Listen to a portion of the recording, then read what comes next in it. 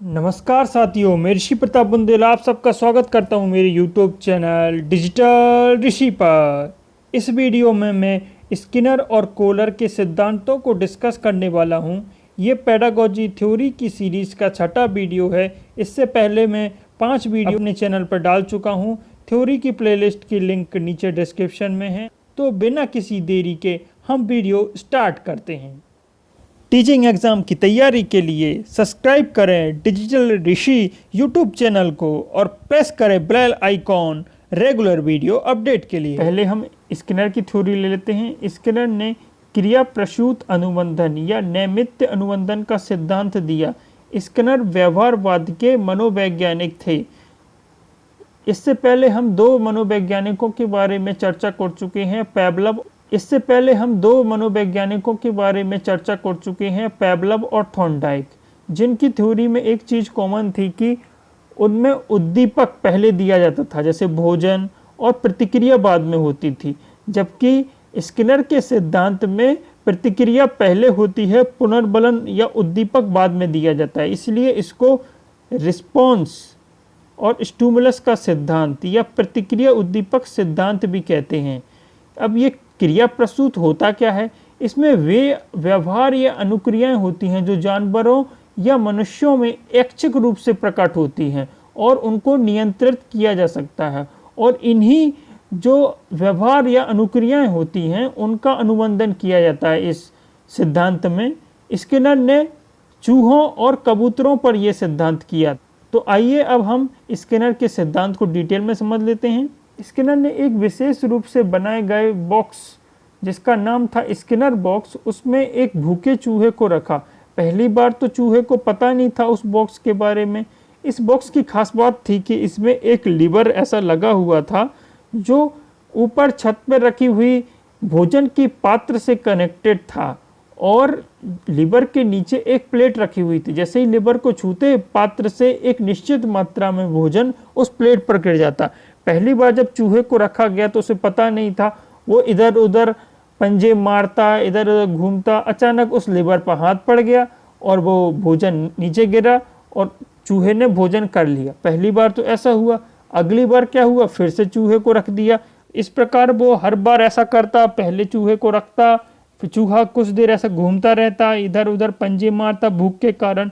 अचानक से वो एकाएक उस लीवर पर उसका पंजा लगता और भोजन वहाँ पर गिर जाता और चूहा उसे खा लेता। इस प्रकार बार बार उसने एक्सपेरिमेंट किए और एक बार ऐसा आया कंडीशन कि चूहा तुरंत ही भोजन करने लग गया। तो इस प्रकार चूहा भोजन के लालच में उस लीवर को छूना, उस लीवर को टच करना सीख गया। अपना अधिगम उसने पूरा कर लिया। वो तुरंत लीवर को टच करके भोजन प्राप्त कर लेता। अब आगे चलते हैं। इस प्रयोग में हमने देखा कि लीवर दबाने की अनुक्रिया भोजन प्राप्त करने का निमित्त था। उसका उद्देश्य था लीवर दबाने का कि उसे भोजन मिल जाए। इसलिए इस प्रकार की अधिगम को नैमित्त मतलब उद्देश्य वाला, इंस्ट्रूमेंटल कंडीशनिंग अनुबंधन कहते हैं। दैनिक जीवन में भी कई नैमित्तिक अनुबंधन के कई उदाहरण देखने को मिलते हैं।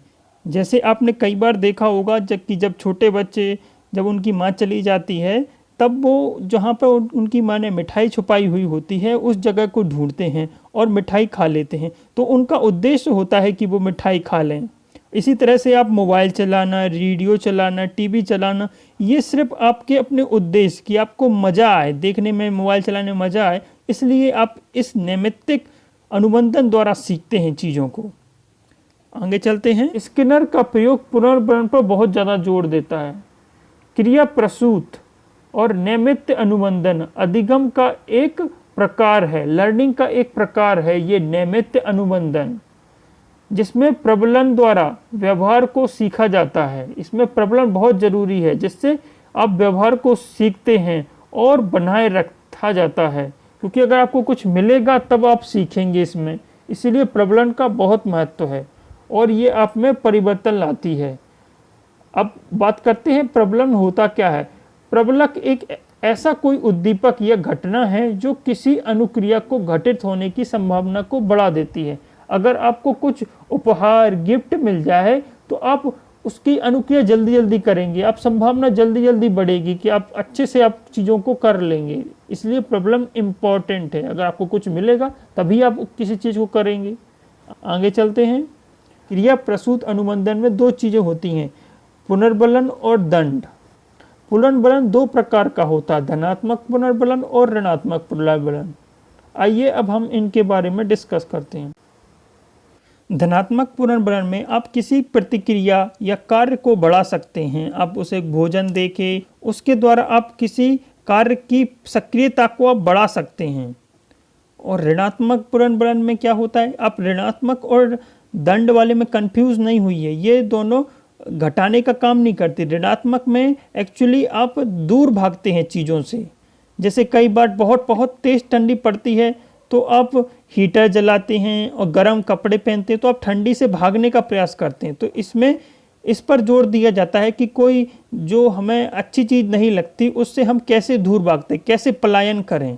तो ये होता है ऋणात्मक, जिससे हमें अनुबंधन कंडीशनिंग मिले, हमें अच्छा फील हो, तो ये होता है ऋणात्मक। और जो दंड है, दंड के द्वारा हम किसी क्रिया को कम कर सकते हैं, आप हटा नहीं सकते। आप थोड़ा दंड देंगे तो थोड़े समय तक आप वो क्रिया बंद हो जाएगी, दब जाएगी। आप ज़्यादा दंड देंगे तो थोड़ा ज़्यादा समय तक हो जाएगी। लेकिन आप बहुत ज़्यादा देंगे तो लोग उसको रिटेलिएट करना शुरू कर देंगे, वो आपके प्रति घृणा करना शुरू कर देंगे। तो ये दंड बहुत बेकार क्रिया है, इसके द्वारा कोई कुछ नहीं सीख सकता, को आप किसी भी क्रिया को नहीं दबा सकते हैं। आगे चलते हैं। आगे है पुनर्बलन की अनुसूचियाँ। यहाँ पर कुछ ये शेड्यूल हैं रीइंफोर्समेंट के। पहला है नियमित अनुसूची और दूसरा है आंशिक अनुसूचियाँ।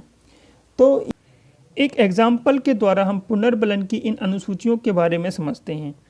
आपके पास एक स्टूडेंट है, उसको आपको पुनर्बलित करना है। उसको कहा कि अगर तुम टेस्ट में 80% लेके आओगे तो तुम्हें एक गिफ्ट मिलेगी। पहली बार जो वो बच्चा जाएगा और टेस्ट में 80% अंक लेके आएगा तो आप उसे गिफ्ट दे दोगे। अगली बार जब आएगा तो फिर से गिफ्ट दे दोगे, फिर से दे दोगे, मतलब नियमित रूप से आप उसे गिफ्ट देते रहोगे। तो एक ऐसी कंडीशन आएगी कि वो अब तो बोलेगा यार अब तो ये रोज ही गिफ्ट मिलता है, तो अब उसको बोरियत होने लगेगी, अब वो पुनर्बलित नहीं होगा। तो ये बेकार स्थिति हो जाएगी। इसमें नियमित में आप लगातार उसे पुनर्बलित करेंगे। तो अब आपने सोचा कि चलो अब हम आंशिक रूप से पुनर्बलित करते हैं।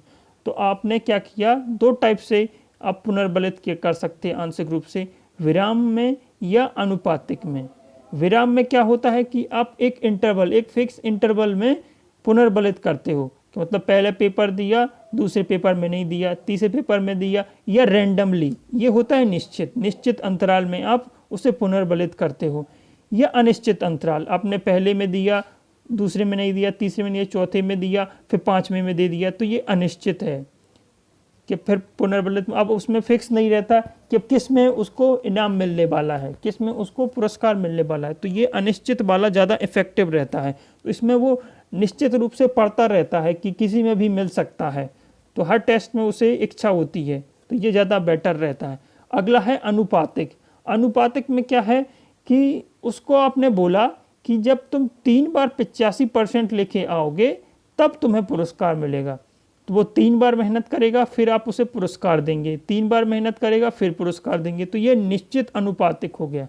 अब आपने बोला कि आपकी अब कोई कंडीशन ही नहीं है, अब आप 5 बार आएगा तब आपने दिया, और एक बार ऐसा हुआ कि एक बार ही उसने 85 है तो वही आपने पुरस्कार दे दिया। तो पुनर्बलन की ये भी सबसे अच्छी कंडीशन रहेगी आप पुनर्बलित करेंगे तो इस टाइप से ये थ्योरी कंप्लीट हो गई स्किनर की। आगे हम अब कोहलर की थ्योरी डिस्कस करेंगे।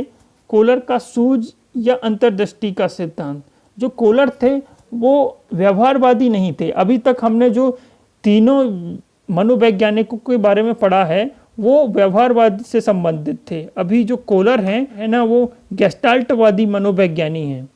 गेस्टाल्टवाद के जनक कौन हैं? गेस्टाल्टवाद के जनक हैं वाटहाइमर। गेस्टाल्टवादियों का कथन था कि पूरा भाग उसके टुकड़ों के जोड़ से बड़ा होता है। अर्थात कोई परिस्थिति को आप अगर अच्छे से समझना चाहते हैं, उसके बारे में कोई हल निकालना चाहते हो, तो सारी चीज़ों को एक साथ लेके चलो। आप टुकड़ों के हिसाब से सॉल्व नहीं कर सकते, आप टुकड़ों को बांट कर चीज़ों को अच्छे से सॉल्व नहीं कर पाओगे। ये गेस्टाल्टवादी मानते थे। व्यक्ति प्रयत्न और भूल से ना सीखकर सूझ से सीखता है। जब चीज़ों को आप इकट्ठा करेंगे तब आपके दिमाग में कोई घंटी बजेगी, तब आप चीज़ों को सीखेंगे, ऐसा मानते थे। सूझ द्वारा सीखने का तात्पर्य परिस्थितियों को पूर्णतः समझकर सीखना है। हाँ, यही बात कही है कि सारी चीज़ों को इकट्ठा करके, सारा जो फैक्ट है, पहलुओं को इकट्ठा करके आप में सूझ आती है। आप किसी बारे में एक सॉल्यूशन निकालते हैं, आपकी दिमाग की घंटी जलती है। तो अब हम कोहलर के प्रयोग पर चलते हैं। कोहलर ने क्या किया कि 6 वन मानुषों चिंपैंजियों को एक कमरे में बंद कर दिया और छत पर केले टांग दिए और एक कोने पर एक बॉक्स रखा हुआ था। मस्त वन मानुष केलों को प्राप्त करने का प्रयास करने लगे, परंतु उन्हें सफलता नहीं मिली। एक सुल्तान नाम का वन मानुष था जिसने इधर उधर घूमा फिरा, फिर कोने में उसको एक बॉक्स दिखाई दिया। बॉक्स को उसने उठाया और जहाँ पर गुच्छा टंगा था वहाँ पर लेकर आया और उस पर खड़े होकर वो केलों का गुच्छा उतार लिया और खा लिया केलों को। तो सुल्तान ने सारी चीज़ों को एक साथ इकट्ठा करके अपनी सूझ का इस्तेमाल किया और वहाँ तक पहुँच गया। तो इसी तरह सुल्तान के इस केले को प्राप्त करने से स्पष्ट हो जाता है कि उसमें अन्य वन मानुषों की अपेक्षा अधिक सूझ थी। वन मानुषों के समान मनुष्य भी सूझ के आधार पर सीखता है। जिस व्यक्ति में जितनी कल्पना शक्ति, इमेजिनेटिव पावर होगी, उतनी ही उसमें सूझ होगी। जैसे कि इंजीनियर हैं, वो एक छोटी सी जगह पर एक विशाल बिल्डिंग बना देते हैं। कैसे? क्योंकि उनके पास इमेजिनेटिव थिंकिंग होती है, वो सोच सकते हैं कि यहाँ पर क्या क्या किया जा सकता है। इसी प्रकार चीज़ों को देखकर एज अ होल, ऐसा पूरा सारी चीज़ों को देखकर, परिस्थितियों को देखकर एक सूझ का निर्माण होता है, जिसको अंतर्दृष्टि या सूझ कहते हैं, जिसके द्वारा हम किसी भी कंफ्यूजन को दूर करते हैं। अधिगम की सारी थ्योरी यहाँ पर ख़त्म हुई। अगले वीडियो में लर्निंग थ्योरीज पर मैं कुछ MCQs लूँगा। तो वीडियो देखने के लिए आप सबका बहुत बहुत धन्यवाद। वीडियो कैसा लगा आप सबको कमेंट के माध्यम से अवश्य बताएं, अपनी प्रतिक्रिया और राय अवश्य दें। वीडियो पसंद आया हो तो वीडियो को लाइक करें, अपने दोस्तों के साथ शेयर करें और नए दोस्त मेरे चैनल को सब्सक्राइब कर लें और बेल आइकॉन दबा लें। Thank you for watching.